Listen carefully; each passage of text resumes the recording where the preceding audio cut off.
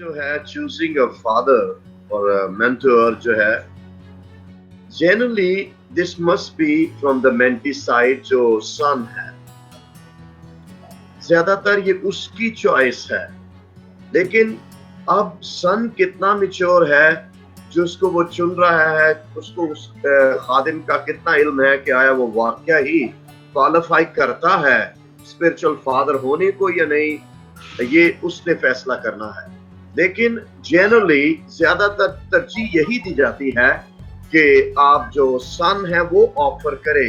और at the beginning I think it's really one way और one sided, लेकिन and then as the journey goes on, जैसे जैसे हम आगे बढ़ेंगे, it must be mutual.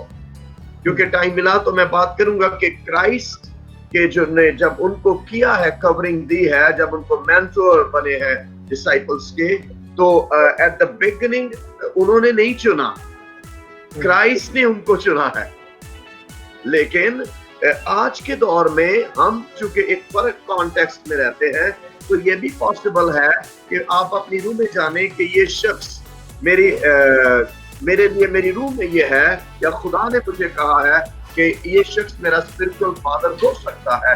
Then it becomes two way. Generally it's one way, और फिर जैसे जैसे हम आगे बढ़ते हैं हम फिर ये टू वे हो जाता है। लेकिन this is the most essential basic अहम तरीन सवाल है आज के दौर में। क्यों खादिम नाकाम हो जाते हैं, क्यों खादिम शिकस्त खा जाते हैं, क्यों खादिम गिर जाते हैं? वन रीजन वो किसी को जवाब दे नहीं है। ये बात आपकी सच है, मैं इससे मुतफिक हूं। अफसोस के साथ ज्यादातर लोग जो बाहर रूहानी बाप बनाते हैं, उसका सबब स्पिरिट कनेक्शन नहीं है, it's financial connection, sadly speaking. I'm sorry if I'm hurting somebody.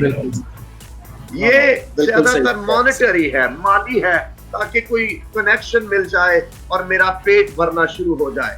लेकिन जब जब स्पिरिचुअल कनेक्शन बनेगा, दिस इज डिवाइन। मुझे किसी शख्स ने कहा कि I am your spiritual father, और इस शख्स को मेरा ना जाने कितने साल हो गए हैं, और ये रिश्ता आज तक बढ़ रहा है, ग्रो कर रहा है, बेहतर हो रहा है। He offered me in humility।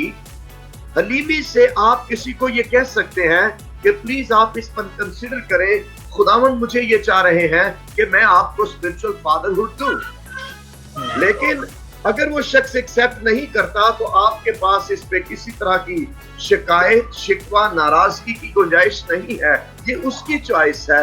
लेकिन एट द बिगिनिंग, मैं फिर दोहराऊंगा, शुरू इसका ये है कि ये अच्छा है, मौसू है कि एक शख्स को मैंने ऑफर किया कि सर वो बहुत बुजुर्ग पेंटिकॉस्टल फादर है, he has done 2 PhDs, very competent person। मैंने उनको कहा कि sir I want you should be my spiritual mentor or father, तो उन्होंने उसको नहीं एक्सेप्ट किया। So it's okay।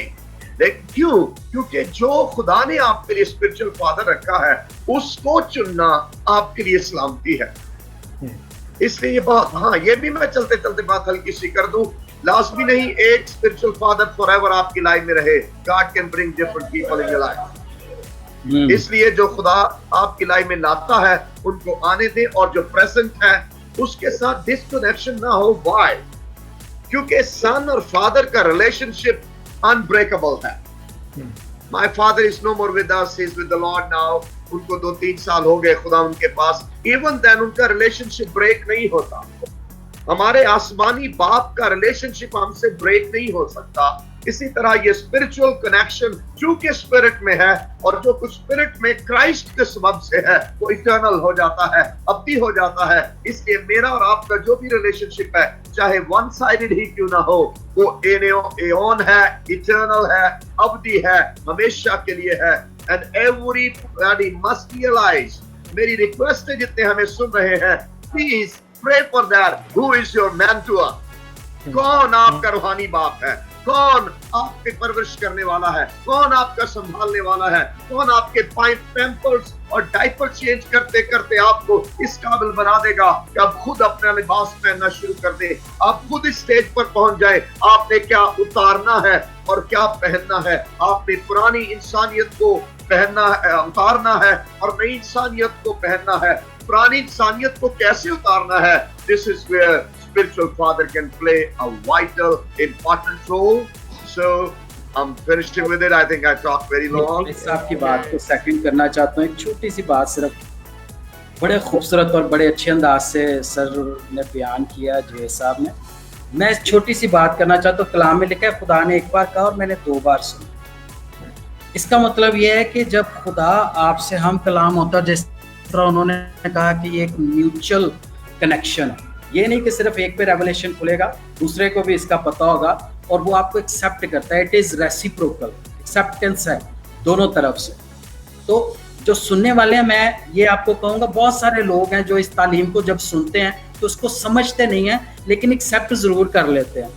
अब वो देखते हैं कि जी मौत से कौन सबसे ज्यादा कर रहा है, वो उसको स्पिरिचुअल फादर देखेंगे। कौन है जो टीवी पे बहुत ज्यादा आता है, कौन है जो बड़े अच्छे और लंबे लंबे कलाम सुनाता है, कौन है जिसका कनेक्शन बड़ा अच्छा है, कौन है जिसके पास बहुत सारे अंग्रेज आते हैं या उसका बहुत सारा ताल्लुक है। मैं इन्हीं की बात को यहाँ पे सेकंड करूँगा और ये मैं जोर देना चाहता हूँ ताकि सुनने वाले इस बात पे को ज़रूर समझें कि ये इस तरह से नहीं आप चुन सकते। खुदा का रूह खुद आपकी रूह में ये डालता है। जैसे ही आप इस टॉपिक को समझेंगे, अंडरस्टैंड करेंगे और आप उसके कदमों में जाएंगे, तो वो ज़रूर आप पे जाहिर करेगा who has to be your father। ये ज़रूरी नहीं है कि वो बड़ा मशहूर शख्स हो। एक चीज़ जो मैंने सीखी है वो ज़रूरी होगी कि वो बुजुर्गी में, अनॉइंटिंग में आपसे ज़्यादा होगा। आपसे तालीम याफ्ता भी हो सकता है, ज़्यादा ना हो, लेकिन मस्था में और वो ज़रूरत जिसकी आपके किरदार के अंदर ज़रूरत है, खुदा बेहतर जानता है, उस चीज़ को वही शख्स पूरा कर सकता है और खुदा खुद उसकी तरफ आपकी रहनुमाई करता है। मत इमोशनली फादर चुनना शुरू कर दें, ये आपके लिए ख़तरनाक हो सकता है। बल्कि आप तो समझेंगे आप कवर्ड हैं, आप अनकवर्ड ही रहेंगे और स्ट्रगलिंग करते रहेंगे और आपको फिर नहीं समझ आएगी कि ये मेरे साथ हो क्या रहा है। Let the Holi spirit do the rest. आमीन। पास्टर नवीद साहब, आपका एक पर्सनल एक्सपीरियंस भी है इसी हवाले से। आप इस चीज़ को कैसे देखते हैं कि क्या कोई जो इंडिविजुअल है वो खुद से अकेला ही बैठ के अपने घर में बैठ के ये सोच सकता है कि फलां बंदा मेरा स्पिरिचुअल फादर है and that's it, the father doesn't know at all? और या फिर जैसे पास्टर जावेद साहब ने बड़े सेंसिटिव सी एक बात की, जो रियलिटी भी है, हम सब जानते हैं कि वो रियलिटी है, लोग फेम को या मॉनेटरी बेनिफिट्स को लेकर किसी को अपना स्पिरिचुअल फादर डिक्लेयर कर देते हैं। How do you see it and what is your personal experience?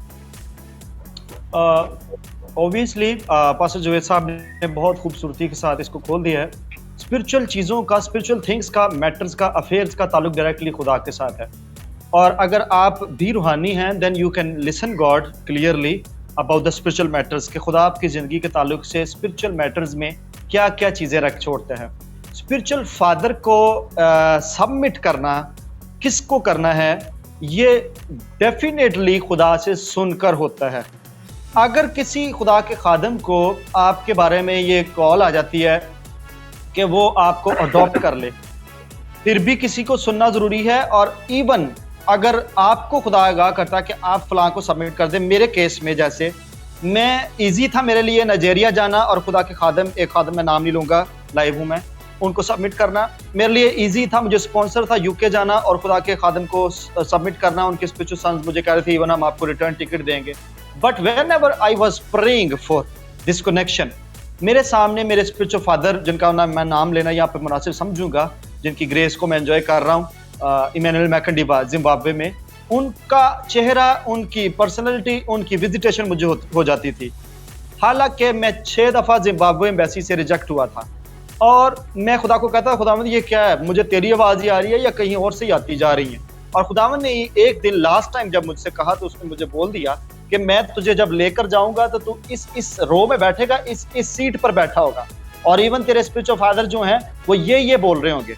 और इससे पहले मैंने शायद आपके साथ पर्सनली शेयर किया था कि डिमोनिक किंगडम में इसके रोकने के लिए स्पिरिचुअल रैम में, क्योंकि टेरिटोरियल डीमंस कभी नहीं चाहती कि आप टेरिटरी को क्रॉस करना शुरू कर दें, और इवन अफ्रीका में एंटर होने के लिए आपको अच्छी खासी स्पिरिचुअल वॉरफेयर में से गुजरना पड़ता है। This is my spiritual experience.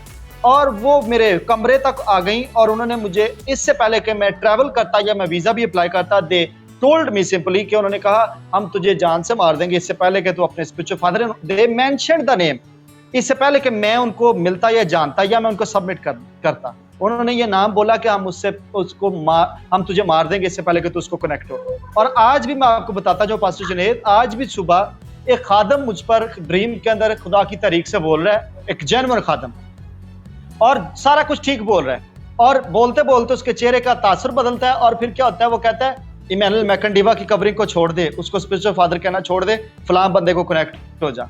और मैंने डिसाइड किया कि वो फेमिलियर स्पिरिट, वो गैबिन की रूह उसके अंदर से काम कर रही थी, वो बोल्ट सारा कुछ ठीक रहा था, लेकिन जैसे ही उसने ये बोला मुझे डिसाइड हो गया, उस बंदे की वीडियो है, उस बंदे का जिसका चेहरा डीमंस ने यूज करके बोलना शुरू किया, उसने रियल में तो मेरे फादर को रिकॉग्नाइज किया है, वो स्पिरिचुअल ब्रदर्स हैं, एक ही बाप के दोनों स्पिरिचुअल सन्स हैं, और उन्होंने बोला कि this is the time, these are the days of Emmanuel Makandiwa. वो खुद भी एक मशहूर खादम है। सो मैं यहाँ ये बताना मुनासिब समझ रहा हूँ कि इसका कंसर्न डायरेक्टली सुनने से है, खुदा से सुनने से है। ये नहीं है कि कौन, मुझे रिटर्न टिकट ऑफर हो रहे थे, मेरा अच्छा खासा खर्चा हुआ जिम्बाब्वे जाने पर, और अगर मुझे खर्चा मिल जाता तो मेरी सेविंग्स हो जाती, लेकिन नहीं, I chose the God way, the highway, जो खुदा का था वही मुझे सिलेक्ट करना था, और उस पर मेरी सेक्रीफाइस हुई। और फिर जाकर मैंने सबमिट जब किया, और पापा को पता है, मेरे स्पिरिचुअल फादर को पता है, और मैं यूजुअली मेरे मैसेजेस वाया जाते हैं डायरेक्टली, मैंने उनसे नंबर मांगा और ईमेल भी मांगा, उन्होंने कहा कि do you need the grace and the anointing upon my life and the teachings and the revelations, और यू नीड माय टाइम, ये उनका क्वेश्चन था मुझे। और फिर मैंने कहा नहीं, the reason I am here, मुझे वो सब कुछ चाहिए। उन्होंने कहा देन गो, और मेरे जो असिस्टेंट है उनके साथ राब्ते में रहना, वो मुझे तेरे साथ कनेक्ट रखेंगे। And usually he is visiting in dreams and in visions also, और वो कवर कर रहे हैं हमें, मुझे पता है। और मैं यहाँ पर पास्टर जुनैद 1 या 2 मिनट लेकर क्लोज करना चाहूंगा बात को। मैं जब स्पिरिचुअल फादर और सनशिप के रिलेशन को देखता हूँ, पाकिस्तान में इसका फुकदान जरूर है। सुनिएगा, मैं वर्स बोलने लगा हूँ, करंथियों के खत से पहले बाप की वर्स है, पहले बाप की नहीं, पहले करंथियों के 16वें बाप की वर्स है, और उसकी 10वीं आयत है। यहाँ लिखा है, 9वीं आयत से पढ़ देता हूँ, क्योंकि मेरे लिए एक वसी करामत दरवाजा खुला है और मुखालिफ बहुत से हैं। अगर तमोथियस आ जाए, तमोथियस के बारे में जो उसका फर्जंद है पौलुस बोल रहे हैं, तो ख्याल रखना कि वो तुम्हारे पास बेखौफ रहे, क्योंकि वो मेरी तरह खुदावंद का काम करता है। बस कोई उसे हकीर ना जाने, बल्कि उसको सही सलामत इसी तरह रवाना करना कि मेरे पास आ जाए, क्योंकि मैं मुंतजर हूँ कि वो भाइयों समेत आ जाए। एक और आयत पढ़े देता हूँ तीतस के बारे में, जो उसका स्पिरिचुअल सन था। ये है करंथियों के नाम 2 खत और उसके 2 बाब की 12वीं आयत। जब मैं मसीह की खुशखबरी देने को तराउस में आया और खुदावंद में मेरे लिए दरवाजा खुल गया। अब देखे क्या बात कर रहा है कि खुदा ने अपॉर्चुनिटी दिया, दरवाजा खुला है। 13वीं आयत में कहता है, तो मेरी रूह को आराम ना मिला। कौन खादम ये कह सकता है कि उसको अपॉर्चुनिटी मिले, वो रूहों को मनादी भी कर दे, रूहें जीत भी ले, किंगडम एस्टेब्लिश भी कर दे, और फिर भी उसकी स्पिरिट जो है वो कहता है कि वो रेस्टलेस है, उसको आराम नहीं मिला। रीजन भी लिख रहा है, क्यों कहता है, इसलिए कि मैंने अपने भाई तीतस को ना पाया, जिसकी वो मेंटोरिंग कर रहा था, जिसको वो कवर कर रहा था। सो स्पिरिचुअल सन्स के साथ फादर्स का रिलेशन इस तरह का होना चाहिए। ये नहीं कि कोई बंदा बाप की जगह या बाप की जगह से थोड़ा सा ज्यादा भी इस्तेमाल हो जाए, अच्छा नहीं है। खुश होना चाहिए कि जैसे एलिशा एलिया से ऊपर आ गया और बड़े जबरदस्त तरीके से इस्तेमाल हुआ, तो बजाय कि उसको जेलसी की स्पिरिट में चले जाना, सन्स के लिए, डॉटर्स के लिए स्पिरिचुअल फादर्स के हार्ट बहुत ही जबरदस्त फादरली होने चाहिए और कवरिंग होने चाहिए। जिस मूवमेंट पर स्पिरिचुअल फादर के दिल में जेलसी आएगी, कवरिंग ऑटोमेटिकली रिमूव हो जाती है उस बच्चे के ऊपर से, क्योंकि आप इन्फ्लुएंस हो गए, आप पोजेस हो गए डीमन से, तो आप नहीं कवर कर सकेंगे। आपको तो खुद अब कवरिंग की जरूरत है, जिसकी बाबत पास्टर जावेद तारा साहब बात कर रहे हैं कि बहुत सारे तो वैसे ही फिर रहे हैं स्पिरिचुअल किंगडम के अंदर विदाउट कवरिंग। तो आगे चलते हैं।